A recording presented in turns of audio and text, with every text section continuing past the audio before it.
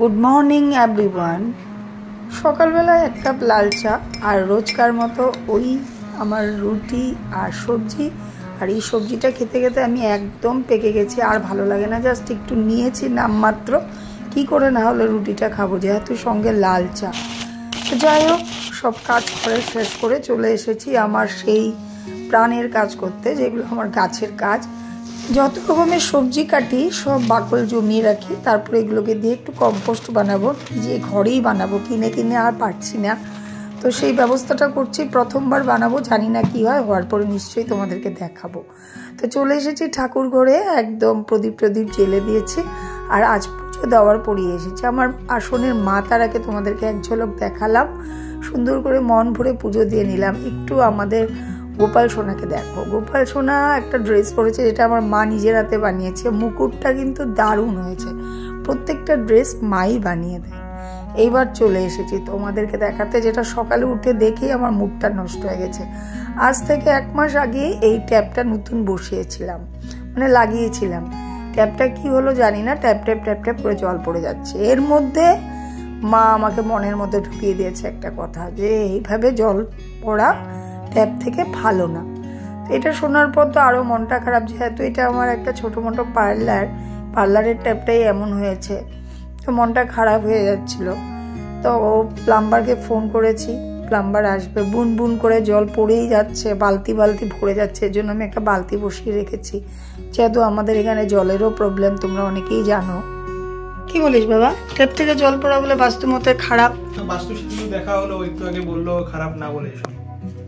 বাস্তু মানে ওই পাশের বাড়ির ছেলে তো, ছেলেটা সবসময় এইভাবেই হাসি মজাক করে। আর আমাদের এখানে দেখো আজ মেঘ করেছে, কিভাবে একদম অন্ধকার করে ফেলেছে। তো একজনে আমাকে বললো যে মিষ্টি আলু খাওয়া নাকি আমার জন্য ভালো হবে।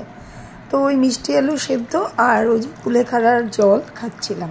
আর এদিকে প্লাম্বারও এসে গেছে, আমার ট্যাপটা ঠিক করে দিবে। তো হয়েও গেছে ঠিক। আর এদিকে কিন্তু ঝিরিঝিরি বৃষ্টি পড়ছিল, আর প্রচণ্ড গরম লাগছিল। এই বৃষ্টিটাতে যেন আরও গরম লাগছিল, আর বাড়িঘরগুলো একদম স্যাঁতসেঁতে হয়ে যায়। আজ আমাদের এদিকে বৃষ্টি, সকালবেলা বৃষ্টি ছিল না, সকালে ভীষণ গরম ছিল। হঠাৎ করে মোটামুটি 12টা থেকে বৃষ্টিটা নামলো। আর এই বৃষ্টিটা একদমই ভালো লাগে না, গরম ফেলে, আরও গরম ফেলে। তো যাই হোক, আজকে না আমি একটু আমার একটা ঘরের একটা কর্নারকে একটু সাজিয়েছি, তোমাদেরকে দেখাই, তোমরা বুঝতে চেষ্টা করো। মানে আমার না ঘর, মানে গোছাতে, ড্রয়িং রুমটা এরকম হবে ওরকম হবে, এগুলো সব স্বপ্নই থেকে গেল। তো এগুলো আর গোছানো হয় না, জানি না কবে হবে। তো এখন মানে আমি একটা কর্নার, তাও কি তোমাদেরকে একটু দেখাচ্ছি, এগুলো দিয়ে একটু সাজিয়েছি। আর দুপুরে রান্নাবান্না আজকে আর কিছু শেয়ার করিনি। আজকে দুপুরে একদমই সিম্পল মেনু ছিল, আলু পটলের তরকারি আর ডাল আর শাক আর করলা ভাজা। তার জন্য আর তোমাদের সাথে কিছু শেয়ার করিনি। যে কর্নারটা, এই সাইডটা আমার ঘরে একটু ফাঁকা ছিল, এই যে পুরোটা ঘরেই তোমরা দেখতেই পারো কীরকম হাবিজাবি হয়ে থাকে, ইবিজিবি। তো এই কর্নারটাতে এরকম করে একটা আরেকা প্ল্যান্ট রেখেছি, আর ওই সোলার লাইটগুলো মেয়ে দিয়েছিল, ওগুলো রেখেছি। আর একটা পান্ডাকে বসিয়ে দিয়েছি, এদিকে পান্ডাটা বসে আছে, আমার মেয়ে বানিয়েছিল এই পান্ডাটা। আর এটা অনেক আগেই একটা ওয়াটারফল কিনেছিলাম বুদ্ধর, এই ওয়াটারফলটা এখানে দিয়ে দিয়েছি। আর এইটা তো আমাদের একটা আলমারিটার মধ্যে এই মানি প্ল্যান্টটাকে এরকম করে সাজিয়ে দিয়েছি। তো এই ওয়াটারফলটা দেখো, এটা দেখলে গরমের দিনে আমার খুব শান্তি লাগে। কিন্তু হ্যাঁ, খুব ইচ্ছে ছিল এরকম একটা বড় কিনবো। এখন আপাতত ছোটটাই কিনেছি, অনেকদিন আগেরই। এটা হোম টাউন থেকে কিনেছিলাম, 1000 দিয়ে কিনেছিলাম। আর এটা একটা ছোট্ট বুদ্ধ স্ট্যাচু। আর এইটা তো আমার বোনেরা এনে দিয়েছিল, জারুয়া।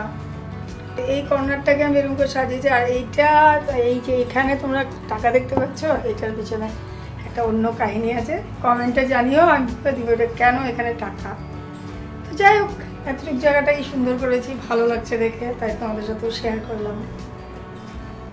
আমার কাছে যতটুকু দেখানোর মতো তোমাদেরকে আমার ঘরটা, খুব ইচ্ছে ছিল মানে একটা ড্রয়িং রুম হবে, একটা ব্যালকনি হবে, যেখানে ঘরটাকে এইভাবে সাজাবো ওইভাবে সাজাবো। তো দেখো, ঘর তো আছে, কিন্তু ওই মনের মতো করে নেই, যেটা মনের মতো করে একটা ড্রয়িং রুম হবে ওরকম কিছু নেই। এই ঘরগুলো আমাদের অনেক পুরনো হয়েছে, অনেক পুরনো, 30-29 বছরের মতো হয়েছে। তো তো এইসব আর আসাম প্যাটার্নের ঘর এগুলো। আর এই না আমার রুমগুলো আবার একটু দেরিতেই হয়েছে। আমার মায়ের যে সামনের দিকে রুমগুলো, যেগুলোর মধ্যে সবসময় আমাকে দেখো খাওয়া দাওয়া করি, ওই রুমগুলো মোটামুটি 29-30 বছর পুরনো। তো যাই হোক, এই ঘরের কোনোটাকে সাজিয়ে না আমার মনটা ভালো লাগছে। দূর থেকে তোমাদেরকে একটু দেখাই কিছু। এই হয়েছে দেখো কর্নারটা, এই কর্নারটাতেই রেখেছি গাছটা। তো চলো ফিরে আসছি আবার বিকেলবেলা। কেমন লাগলো জানিও, হেসো না কিন্তু কেউ যে কি দেখাচ্ছে। মানে এই কর্নারটাতে এতদিন মানে একটা কিছুই ছিল না, একটা টেবিল ছিল এরকম ছিল। তো এই সাইডটা যখন করেছি না, মনটা খুব ভালো লাগছে, দেখতে খুব ভালো লাগছে। এই দেখো তোমাদেরকে একটু দেখাই, এই যে দেখো এইটাই হয়েছে কাহিনী। এই জায়গাটা দেখতে ভালো লাগছে, তো তাই আমি ভাবলাম একটু তোমাদের সাথে শেয়ার করি।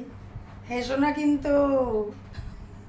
চলো একটু বিশ্রাম করবো এখন। তো আবার সেই রান্নাঘর চলে এসেছি। কতগুলো কলা এনেছিল, কলাগুলো না উপর দিয়ে দেখো দাগ দাগ হয়ে নষ্টর দিকে হয়ে গেছে সব, কিন্তু মালভোগ কলা, যেটাকে আমরা মালভোগই বলি। তো উপরের খোসাটা দেখো কিরকম কালো হয়ে গেছে, কিন্তু ভেতরটা তো খারাপ হয়নি। কিন্তু আমার ছেলে মেয়ে তো এই কলা মুখে দেবে না, তাই আমি কলার খোসাগুলো ছাড়িয়ে যেখানে যেখানে একটু কিছু হয়েছে ওগুলোকে একটু খুঁটে খুঁটে ফেলে দিচ্ছিলাম। দিয়ে ভাবলাম কয়টা কলার বড়া করে নিই, তাহলে কি হবে আমরাও খেয়ে নিতে পারবো, শেষ হয়ে যাবে কলাগুলো। তো একটু আটা, সুজি আর চিনি, একটু লবণ আর একটু সোডা দিয়ে একটু গুলে নিব। সবাই জানো কলার বড়া করতে, তাও আমি আর কি একটু দেখিয়ে দিলাম। তো এইভাবে করে পেস্ট করে একটা, এইভাবে করে কয়েকটাই হয়েছে, বেশি হয়নি। তো এইভাবে বড়া টড়া করলে মানে আমিও ভালোবাসি, তোমাদের দাদা ভাইও ভালোবাসে। তো কয়েকটা বড়া করে নিব, বিকেলের চা খাওয়াটা হয়ে যাবে। তো প্রত্যেক দিনই দাদা ভাই বিকেলবেলা আসার সময় অফিস থেকে কিছু আনে। আজকে ফোন করে বলে দিয়েছি কিছু আনতে হবে না, আমি কলার বড়া বানাচ্ছি। তো খুব খুশি হয়েছে। বানাতে রোজ রোজ আর ইচ্ছে করে না গো, এই সন্ধ্যাবেলায় একবার, আবার 9টা বাজতে বাজতেই রান্নাঘরে ঢুকতে হয়। সারাদিন যদি রান্নাঘরে কাটিয়ে দেয় কি করে হবে। তো কথা বলতে বলতে দেখো কলার বড়াগুলো আমার হয়ে গেল। ভালোই হয়েছিল, মন্দ হয়েছিল না। কিন্তু মালভোগ কলা দিয়ে ফার্স্ট টাইম খেয়েছি, এত একটা আমার মানে ওই যেভাবে মানে বিচি কলা বা চাম্পা কলা এগুলো দিয়ে হয় এরকম একটা হয়েছিল না, একটা অন্যরকমই টেস্টটা হয়েছিল। কিন্তু চলে, বেশি কয়েকটা হয়নি। তো এগুলো নিয়ে এতটুকু টাইমে তোমাদের দাদাভাইও এসে গেছে, আমার চাও হয়ে গেছে। ব্যাস কলার বড়া দিয়ে চা দিয়ে এখন আমাদের সন্ধ্যাটা আজ চলে গেল আর কি, জমে গেল না, চলে গেল। চলে এসেছি আবার রান্নাঘরে, আবার চলে এসেছি তোমাদের সামনে রান্নাঘরে রাতের বেলা। এখন বাজে 9টা। এই 9টার থেকে 11টা অবধি আমাদের খাওয়া দাওয়ার পর্ব চলবে।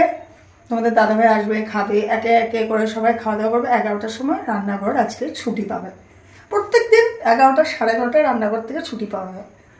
তো চলো এখন রাতে কি করি না করি সব তোমাদেরকে দেখিয়ে দিই আর ভিডিওটাও শেষ করে দিই। ওই যে মেয়ের ডায়েটিং, তো কিছুটা চিকেন ছিল ফ্রিজে, চিকেন, ক্যাপসিকাম, গাজর, পেঁয়াজ আর রসুন এগুলো নিয়ে বড় বড় করে কেটে নিয়ে একসাথে একটু করে সয়া সস দিয়ে এগুলোকে একটু ফ্রাই টাইপ করে নিচ্ছি, একদমই অয়েল ফ্রি। দেখতেই পাচ্ছ এটার থেকে যে জলটা উঠেছে সেটাই, অয়েল কিন্তু একদমই পড়েনি। তো প্রত্যেক দিন আর রেসিপিটা শেয়ার করি না, এভাবে করে নিচ্ছিলাম। আর কিছুটা মাখানি আমি সাইডে নিয়ে নিয়েছি, আর কিছুটা সুইট কর্ন। মাখানিগুলোকে একটু রোস্ট করে নিব, ড্রাই রোস্ট।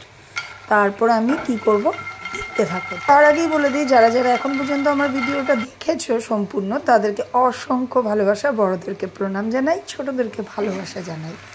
তো এইভাবে করে দেখো চিকেনটা যখন হালকা মানে কি বলবো পুরোটাই সেদ্ধ হয়নি, যেহেতু ক্যাপসিকাম এসব একটু একটু মানে কাঁচা কাঁচা ব্যাপারটা থাকলে খারাপ লাগে না। তো এইটার মধ্যে আমি কি করব, এই যে মাখানিগুলো দিয়ে দিব আর সুইট কর্নগুলো মিশিয়ে দিব। আর আজকের রাতের খাওয়াতে ছিল ডিমের কারি, তো ওখান থেকে ডিমটা আমি তুলে ওকে পিস পিস করে উপরে সাজিয়ে দিয়েছি। মেয়ে তো খুব খুশি হয়ে গেছে। তো চলো আজকের ভিডিওটা এখানে শেষ করছি। মেয়েকে খেতে দিয়ে দিয়েছি, মেয়ে খাচ্ছে, আর আমরা বসিয়ে দিয়েছি ভাত, আমাদের ভাত। সবাই খুব খুব খুব ভালো থেকো। আমি ফুললি টায়ার্ড, কিন্তু ভাত খাওয়ার পর আবার মোবাইল দেখতে দেখতে 1-2 ঘন্টা চলেই যায়। আমি রোজ রাতে কয়টায় ঘুমাই তোমাদেরকে বলবো না। যাই হোক চলো ভিডিওটা এখানেই শেষ করলাম। ভালো লাগলে লাইক করে নতুন বন্ধু হয়ে পাশে থেকো। চলো বাই বাই, গুড নাইট।